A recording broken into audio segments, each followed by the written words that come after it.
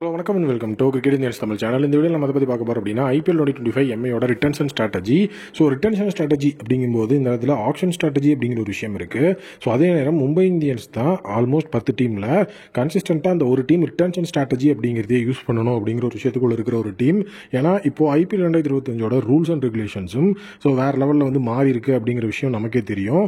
So அந்த rules and regulations அப்படிங்கிறதுல இதுக்கு முன்னாடி வந்த ரூல்ஸ் அண்ட் ரெகுலேஷன்ஸ்லாம் எப்படி இருந்ததுன்னா, ஸோ நீங்கள் வந்து ஓவர்சீஸ் பிளேயர்ஸில் இப்போ தான் வந்துட்டு ரீட்டைன் பண்ணணும் அப்படிங்கிற சிச்சுவேஷன் இருக்கும். அதில் வந்து ஒரு கவுண்ட் அப்படிங்கிறது வந்து கொடுத்துருவாங்க. அந்த கவுண்ட் அப்படிங்கிறத வச்சு தான் வந்து ரிட்டன்ஷன் ஒர்க் ஆகும். பட் ஆனால் வந்துட்டு இந்த தடவை மெகா ஆக்ஷன் அப்படிங்கிறது இருந்துமே பார்த்தீங்கன்னா அந்த கவுண்ட் அப்படிங்கிறதுல எதுவுமே கிடையாது.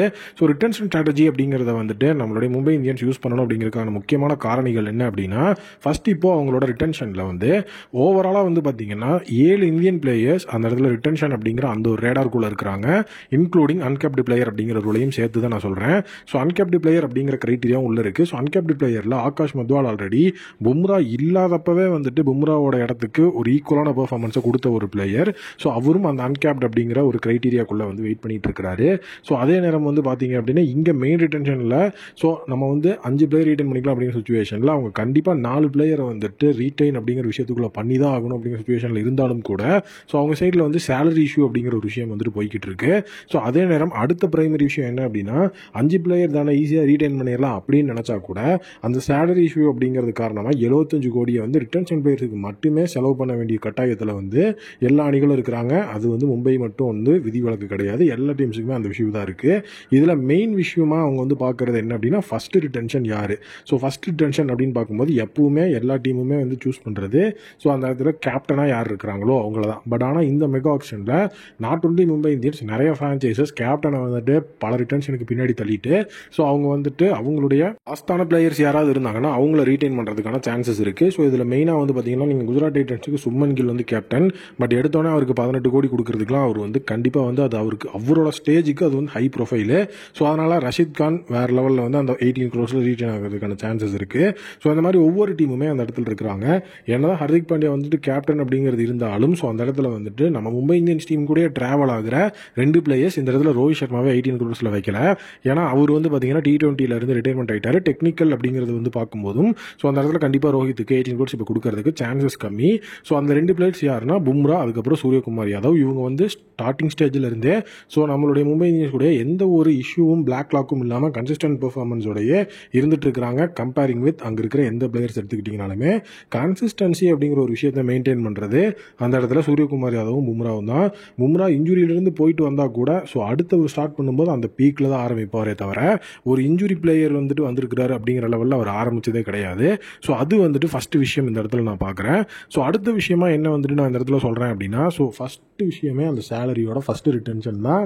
அவங்களோட ரிட்டன்ஷன் ஸ்ட்ராட்டஜி ஒர்க் பண்ண வேண்டியது. ஸோ யாருக்கு கொடுக்குறோம் அப்படிங்கிற இந்த ஒரு பிரச்சனை இருக்குது.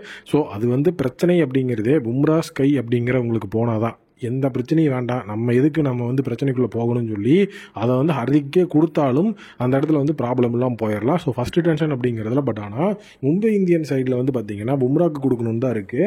பட் ஆனால் ஹர்திக் பாண்டியா அதுக்கு ஒத்துக்குவாரா அப்படிங்கிற சுச்சுவேஷன் இருக்குது. அதே நேரம் நம்மளுடைய ரோஹித் சர்மாவை கண்டிப்பாக ரீட்டைன் பண்ணியே தான் ஆகணும். இங்கே ஆப்ஷனே கிடையாது. ரோஹித் சர்மாவை கேப்டன்ஷிலேருந்து தூக்குனதுக்கே பாதி மும்பை ஃபேன்ஸ் கண்டுட்டு போயிட்டாங்க. ஸோ இவரை வந்து ரிலீஸும் பண்ணாங்க அப்படின்னா கண்டிப்பாக வந்து அது மிகப்பெரிய எதிர்வலைகளை வந்துட்டு அந்த இடத்துல வந்து ஒரு ஆபத்தை வந்து உருவாக்கும். இன்னொரு விஷயம் என்ன அப்படின்னு வந்து பார்த்தீங்கன்னா, மெயினாக வந்து பார்க்குறது ரோஹித் சர்மாவோட ரிட்டன்ஷன் ஸ்லாட் அப்படிங்கிறது தான். ஸோ ரோஹித் சர்மாவோட ரிட்டன்ஷன் ஸ்லாட் என்ன அப்படிங்கிறது தான் இந்த இடத்துல நம்ம மெயினாக பார்க்கணும். ஏன்னா ரோஹித் சர்மாவை அன்கேப்டு பிளேயர் அப்படிங்கிற ரூல்குள்ளலாம் கொண்டு போக முடியாது. கண்டிப்பாக வந்து பிரைமரி ரிட்டன்ஷனில் ஏதாவது ஒரு ரிட்டன்ஷனில் தான் அவர் இருந்தாகணும். அந்த 5 ரிட்டன்ஷன்ஸில் 5 பிளேயரை ரீட்டைன் பண்ணால் கண்டிப்பாக ரோஹித் சர்மாவுக்கு ஒரு ஸ்லாட் இருக்கும். அந்த ஸ்லாட் என்ன, ஏன்னா இந்த தடவை வந்து பார்த்தீங்கன்னா ஹை ப்ரைஸில் ஆரம்பித்த ரிட்டன்ஷன் சேலரி அப்படியே கீழே ட்ராப் ஆகிட்டு போகாமல் 3rd ரிட்டன்ஷனில் மட்டும்தான் வந்து ட்ராப் இருக்குது 11 crores. 4th and 5th ரிட்டன்ஷனுக்கு மறுபடியும் 14 கோடி 18 கோடி தான். ஸோ இது வந்துட்டு மும்பை இந்தியன்ஸுக்கு ஒரு மிகப்பெரிய ஆப்பாக தான் அமைஞ்சது. ஃபஸ்ட்டு இது ஆப்பாக அமைஞ்சது மும்பைக்கு தான்.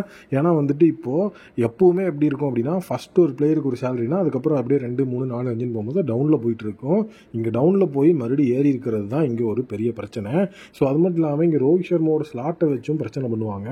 ஏன்னா அந்த சேலரி அப்படிங்கிறது எப்படி இருக்கும், என்ன வந்து பண்ணுவாங்க அப்படிங்கிற மாதிரி ஒரு ப்ராப்ளம் கண்டிப்பாக போகிறதுக்கு அதிகமாக சான்ஸ் இருக்குது. ஸோ அந்த இடத்துலையும் அவங்க டெக்னிக்கலி வந்து ஒர்க் பண்ணணும். ஸோ இதுக்கு அவங்க என்ன பண்ணணும்னா ரோஹித் சர்மாவை ரீட்டைன் பண்ணுறோம் அப்படிங்கிற ஒரு விஷயத்த ஃபஸ்ட்டு சொல்லிட்டாலே போதும்.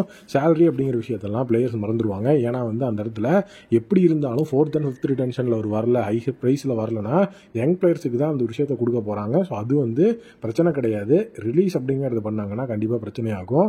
அடுத்தது பார்த்தீங்கன்னா இஷான் கிஷான். ஸோ இஷான் கிஷானை பொறுத்த வரைக்கும் இப்போ சென்ட்ரல் கான்ட்ராக்ட் அப்படிங்கிற ஒரு விஷயத்துக்குள்ளே இல்லாமல் இருக்கிற ஒரு பிளேயர்னா அது இஷான் கிஷான் தான். அவருடைய கம்பேக் அப்படிங்கிறதும் வந்துட்டு அக்ராஸ் ஃபார்மர்ஸ் டிலே ஆகிட்டே போயிட்டு இருக்கு. ரோஹித் சர்மா இருக்கிறப்ப இருந்த இஷான் கிஷான் வேற, இப்போ அவர் இல்லாதப்ப இருக்கிற இஷான் கிஷான் வேறன்னு தான் சொல்லணும் ஆசை. பட் ரோஹித் சர்மா வந்து கேப்டனாக இல்லாதப்ப ஸோ இஷான் கிஷானா இங்கே டீம்லேயே இல்லைங்கிற லெவலில் தான் இப்போ போய்கிட்டு இருக்கிறாரு. ஸோ அடுத்தது பார்த்தீங்கன்னா நம்மளுடைய திலக் வர்மா. ஸோ கண்டிப்பாக இஷான் கிஷான் திலக் வர்மா அப்படிங்கிற இந்த ஒரு இடத்துல வந்துட்டு ரிட்டன்ஷன், ஏன்னா 5 ஸ்லாட் இருக்குது. 5 ஸ்லாட்டில் பார்த்தீங்கன்னா பும்ரா, ஹர்திக் பாண்டியா, ஸ்கை, ரோஹித் சர்மா பிரைமரி 4, திலக் வர்மாவா இஷான் கிஷானுங்கிற டெசிஷன் எடுக்கணும். 2 பேருமே ப்ராமிசிங்கான பிளேயர்ஸ் தான். மும்பை இந்தியன்ஸ்லேயே இருந்து ட்ராவல் ஆகிட்டு வர பிளேயர் தான் இஷான் கிஷான். இப்போது ரீசெண்டாக வந்துட்டு நல்ல ஃபார்மை காமிச்சு ஒரு ப்ராமிசிங் பிளேயராக வள வரவர் தான் திலக் வர்மா. இன்னொன்று விக்கெட் கீப்பிங் பேட்டர் வேணுமா, ஆல்ரவுண்ட் பேட்டர் வேணுமாங்கிற விஷயம் இருக்குது. அதாவது திலக் வர்மா ஓவரும் போர்டு சப்போர்ட் பண்ணுவார். ஸோ அந்த விஷயத்தையும் கண்டிப்பாக வந்துட்டு ஸோ ஹர்திக் பாண்டியா மைண்டில் வச்சு தான் அந்த இடத்துல டெசிஷன் அப்படிங்கிறது எடுக்கணும். ஸோ இப்போ ரிட்டன்ஷன் ஸ்ட்ராட்டஜின்னு வரும்போது ஃபஸ்ட்டு வந்து எல்லா பிளேயர்ஸோட சேலரி என்ன அப்படிங்கிறத மெயினாக டிசிஷன் பண்ணி அதுக்கப்புறம் தான் ரிட்டன்ஷனுக்குள்ளே போகணும். ஸோ அதுக்கப்புறம் வந்துட்டு திலக் வர்மாவோட பவுலிங் அப்படிங்கிறது மிகப்பெரிய லெவலில் வந்து நம்ம பார்க்கணும். Part time bowler. ஸோ அவரை ஃபுல் டைமாக யூஸ் பண்ணலாமா அப்படிங்கிற விஷயத்தையும் அவங்க வந்து யோசிக்கணும். ஏன்னா டிம் டேவிடும் பார்ட் டைம் பவுலர் தான், பட் ஆனால் வந்துட்டு யூஸ் பண்ணல அப்படிங்கிற விஷயம் இருக்குது. சூரியகுமார் யாதவா பும்ராவாங்கிறது ஃபஸ்ட் ரிட்டன்ஷன் அப்படிங்கிறத வந்து யூஸ் பண்ணணும். இல்லை பிரச்சனை இல்லாமல் ஹர்திக்கோட ஓவராங்களா அப்படிங்கிறதையும் கண்டிப்பாக அவங்க கேட்கணும். இதெல்லாம் வந்து ஆக்ஷன் ஸ்ட்ராட்டஜிக்குள்ளே வந்து அந்த இடத்துல போகிறதுக்கு முன்னாடி ரிட்டன்ஷன் ஸ்ட்ராட்டஜிக்குள்ளே இருக்க வேண்டியது. இதை பற்றி நீங்கள் நினைக்கிறீங்க அப்படிங்கிறத கமெண்ட்டில் சொல்லுங்கள்.